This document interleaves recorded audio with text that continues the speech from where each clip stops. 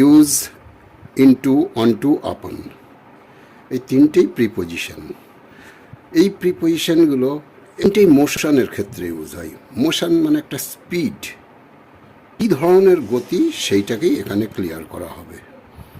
তো এখন এগুলোর যে ইউজ হয় সেই ইউজটাকে তোমাদের কীভাবে কোন জায়গায় ইউজ হয় এটা ক্লিয়ার করে দেবো। তো যাই হোক, এবার দেখো ইনটু। ইনটু কী ধরনের মোশন?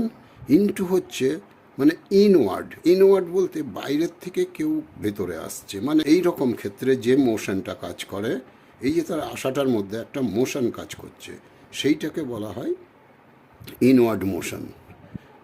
বাইরের থেকে ভেতরে আসবে।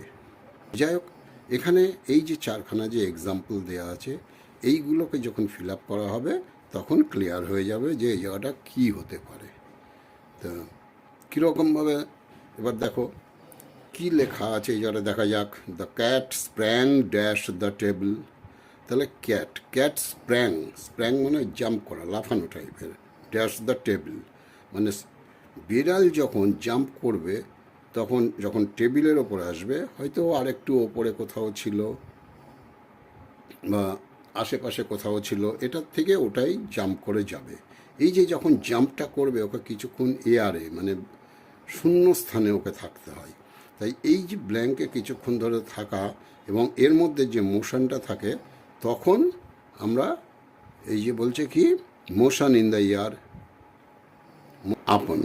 তাহলে আমরা এখানে লিখতে পারবো the cat sprang up on the table. Next আসছে he is stepping dash the room. তাহলে স্টেপ, স্টেপ করে যদি কেউ ঘরের মধ্যে আসতে চায় তাহলে তাকে পায়ে হেঁটে হেঁটে আসতে হবে, তার মানে ইনওয়ার্ড মোশন হচ্ছে এটা। তাহলে ইনওয়ার্ড মোশনের জন্য এই যে মোশন ইনওয়ার্ড আমরা ইনটু ইউজ করব।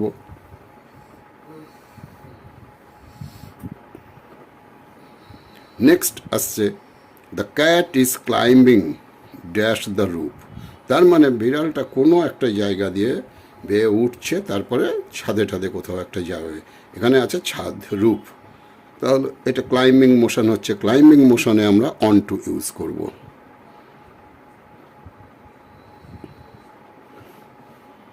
আর